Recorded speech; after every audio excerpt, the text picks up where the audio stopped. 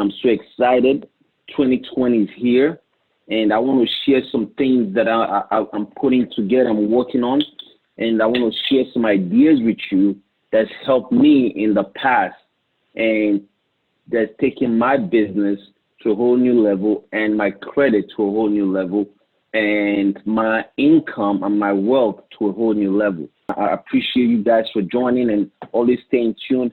I'm going to be doing this every Friday. This is my Friday wealth moment for 2020. It's going to help you understand some certain things when it comes to money, some of these myths, this financial myth that we hear all the time. There's so many wrong information. So before I get started, let me say this. There's three people that are interested in taking your money: the banks, the media, and the government. All three of them work together to do what? To get your money away from you fast, because they understand the value of your dollar. And because they understand the value of your dollar, they want to get it away from you quickly. So with that said, let's go ahead and let me share my screen so you can see one thing that I'm going to be covering this afternoon. So let me share my screen. So I'm talking about credit right now. What makes me an expert to talk about credit? Well, let's start from the beginning, right? So I'll give you a breakdown. I'm from West Africa, Nigeria. We don't know nothing about credit or credit cards or anything, right? So coming into this country and getting into this world of finance, you hear people talk about credit all the time. And coming from a country where we pay cash for everything, right? And now you're in a new world, in a new country, and the whole game is credit. So you get a lot of conflicting information about credit. People tell you, hey, don't use credit, it's bad for you. All kinds of information out there. Don't have money in a credit card. Don't do this. Don't get caught up your credit card if you're in so much debt or whatever the case might be. So first, let me put a disclaimer for you. One, I understand credit card is a situation that gets so many families in so much trouble, right? So as a financial planner and a person that understands money, because I've taken the time to understand how money works. So understand this.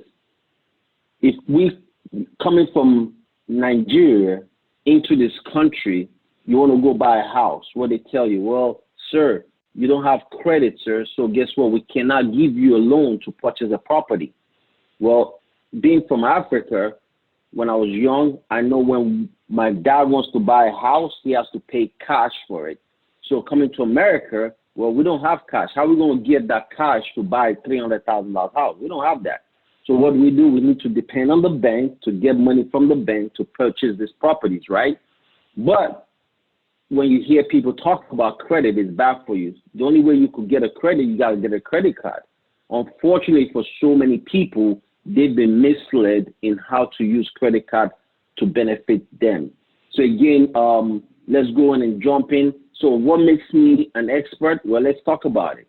This is my credit score. You can see, it just disappeared. All right, it's back. This is my credit score. So this is not, just somebody talking about it. This is a guy that's doing it. This is of January 8th, so a few days ago. This is my credit score on all three credit bureaus. All right, 850. That's the maximum you could get. So I can speak on this topic.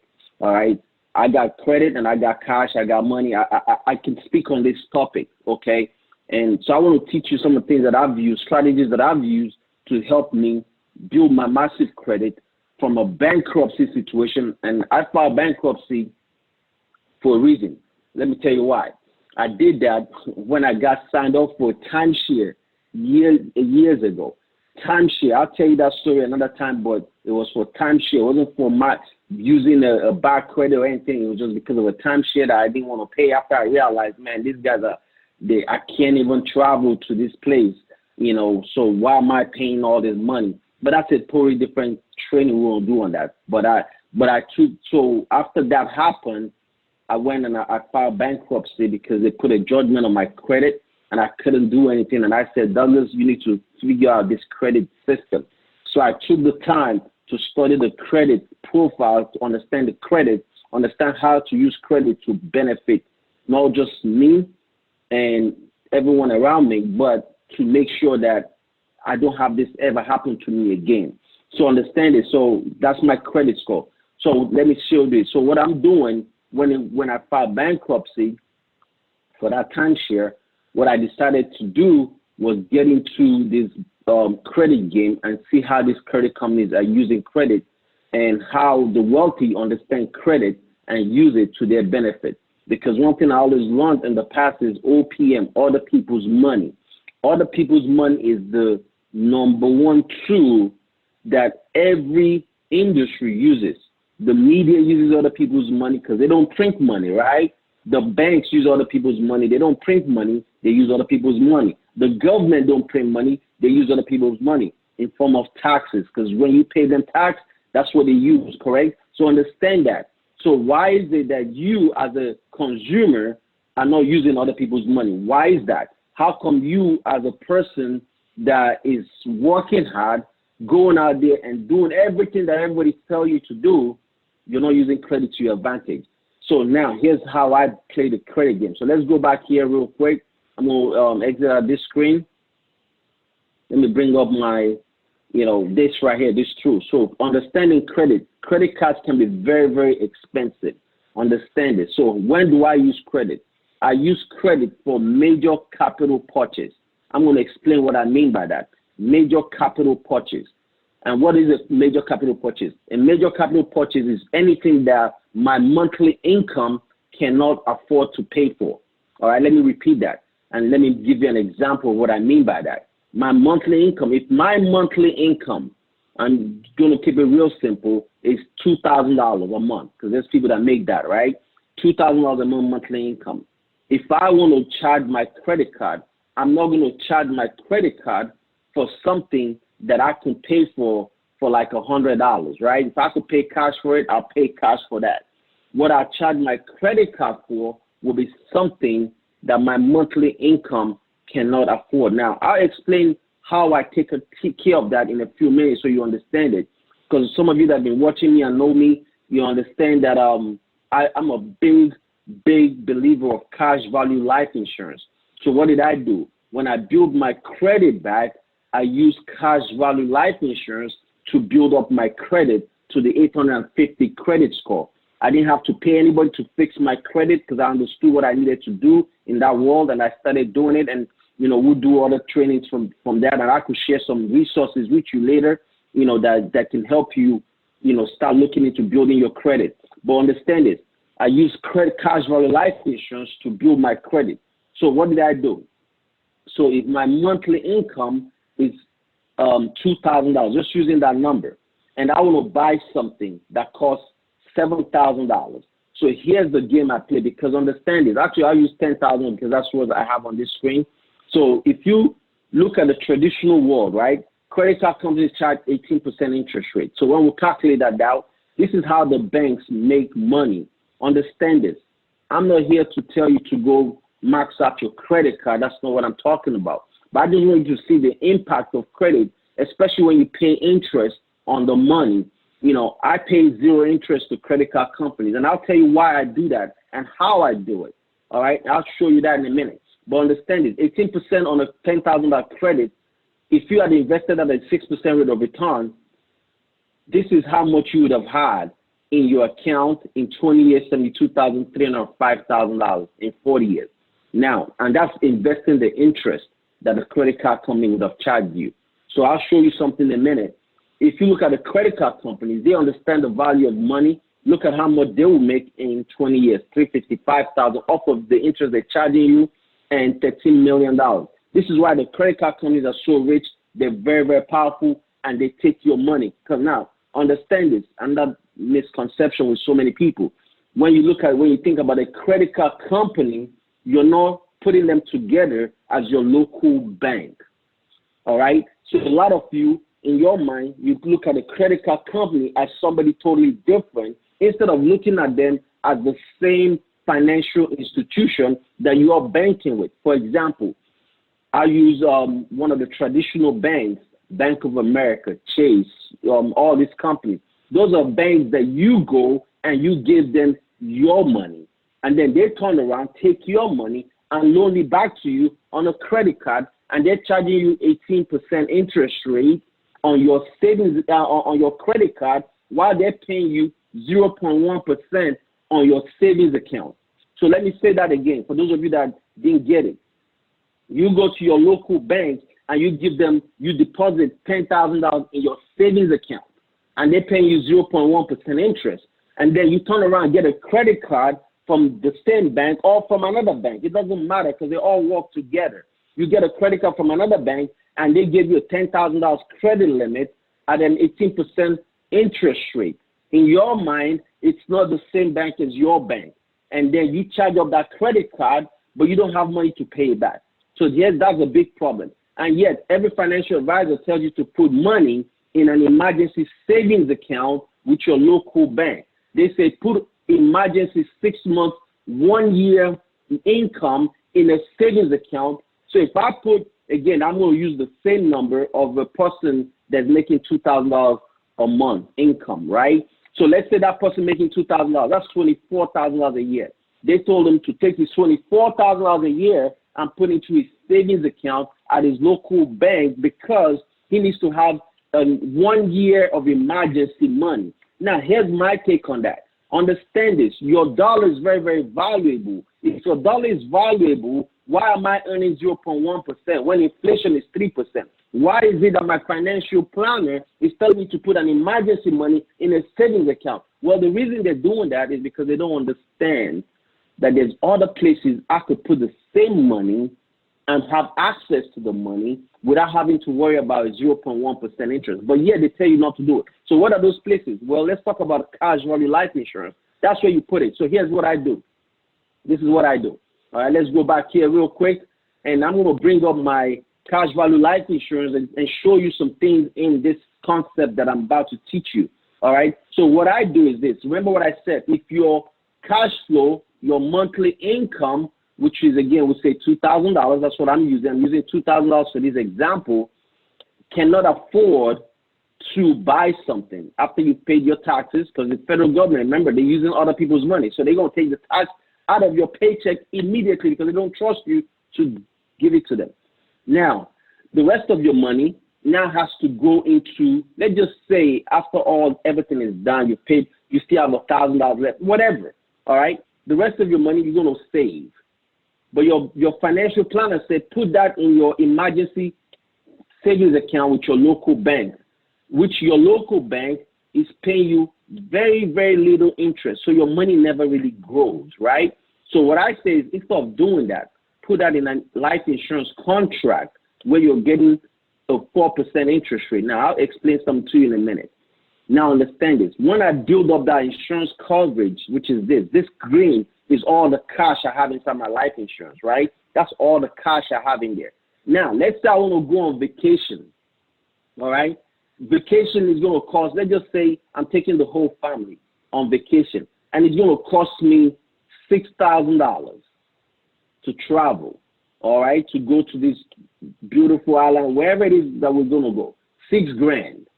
Well, my income cannot afford $6,000.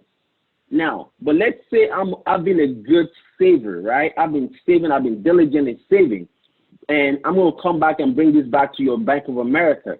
And in my savings account, I have $10,000 in there.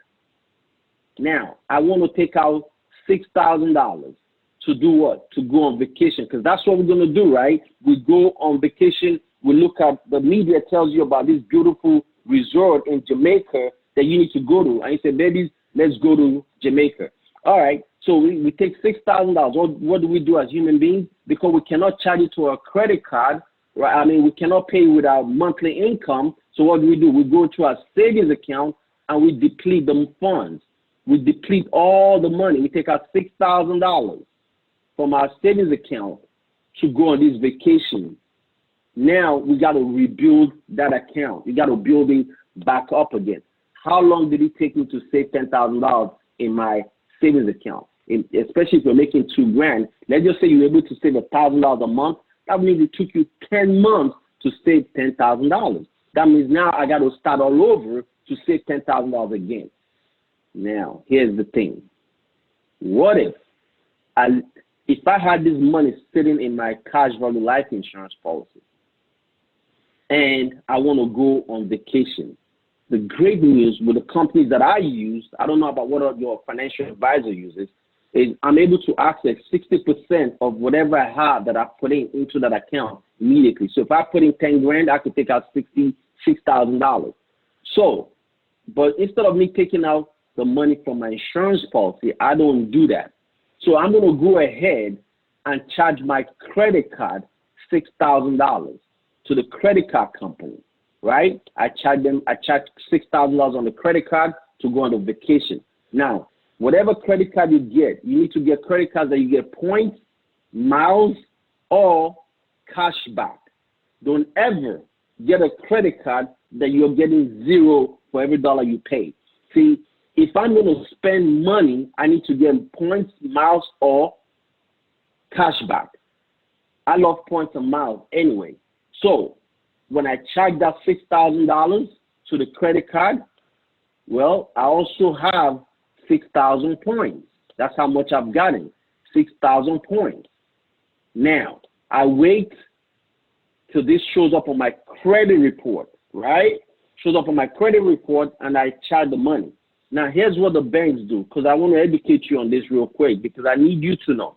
So this is what the banks do. So we'll go back here, all right? When you borrow money from the bank, they use your income, your future income, as collateral to loan you the money.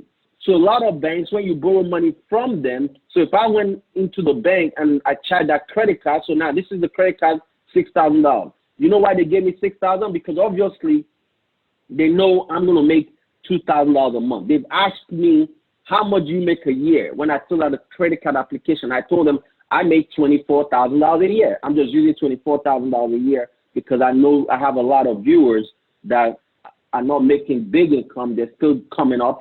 So I'm using that number for my viewers. Now, for those of you that have big money, don't worry. I got big money too. But check this out. $2,000, $24,000 a year income. So they give him a credit card of $6,000 credit limit, just using that number. All right. So now he has his credit card and he's excited. But this guy is also a saver, because I'm not talking to, for those of you that are going to go splurge and use credit card for nonsense. I'm talking to that guy that's a saver, is disciplined, because those are the people I'm looking to work with in 2020.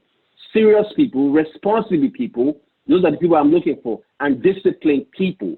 All right. If you're not serious, if you're not responsible, if you're not disciplined, you need to get off this Zoom, this webinar right now and go do whatever it is you're doing. But if you're serious, you're responsible, you're disciplined, continue listening to me. All right. So now we charge the card. The bank uses your money, your income, to secure that loan. Even though you have the money, let's just say you have the money inside your savings account with your local bank. You have the money there, but you didn't want to use your savings account money because if I go deplete the money, I'm going to be broke. I'm going to run out of money. I don't want to take my $6,000 and go buy this. So I'm going to leave it the way it is. I'm going to just charge the card, and then I'll pay the bank back every time I make my income. I'm going to pay the bank after the IRS take the taxes. I'm a saver. I'm saving my money. All right. I'm also going to pay this bill, the minimum balance, minimum payment, or whatever it is. Because remember, you're only making $2,000 a month, $2,000, right? So you're saving now, you're paying this back, and I get it. I understand. But here's the trick. If you had the right life insurance policy, the right one, okay, which I'm going to switch this guy up, because now we have life insurance. Now I'm using my money twice. I'm protecting my family in case something happens, right? My family gets money. Because one thing that we know is going to happen is death. We just don't know when it's going to happen. So I get the insurance, and I put the same amount of money that I was going to put in my traditional savings account with my local bank savings account. I'm going to put it into this insurance policy, and now I have a death benefit, and I'm also building cash value. Now, here's the deal. When I charge that $6,000 on my credit card, which is this guy right here, $6K, all right, I charged it. So what I'm going to do, as soon as it's reported on my credit report, immediately. As soon as it shows up in my credit report, guess what I do? I contact the insurance company and I take a loan against my life insurance policy. I take a loan against it. Understand the words. It's very, very important. You're borrowing against your policy.